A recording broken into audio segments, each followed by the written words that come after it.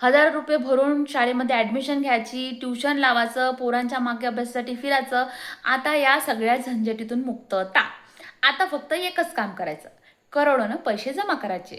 पोट्टे 12वी झाले की मग काय बनायचं आहे? डॉक्टर बन, इंजिनियर बन, जे बनायचं ते बन, फक्त पैसे द्यायचे. ज्या बापाजवळ पैसे नसन त्यांचे पोरं अभ्यास करू करू डिप्रेशनमध्ये जातील आणि आत्महत्या करतील. एवढं सोपं गणित आहे. आत्ताच्या आत्ता 3 पेपर फुटले भाऊ. 3 पेपर कायले म्हणते? कोणाचा वचक नाही राहिला आता, गेलं सगळं खड्ड्यात.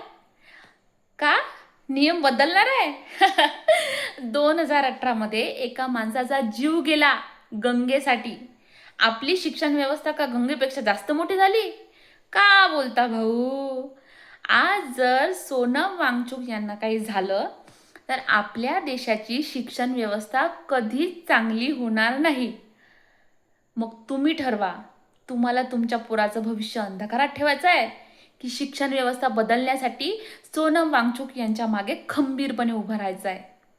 मी तर सोनम वांगचुक यांच्या सोबत आहे. तुमचं तुम्ही ठरवा. हे झालं.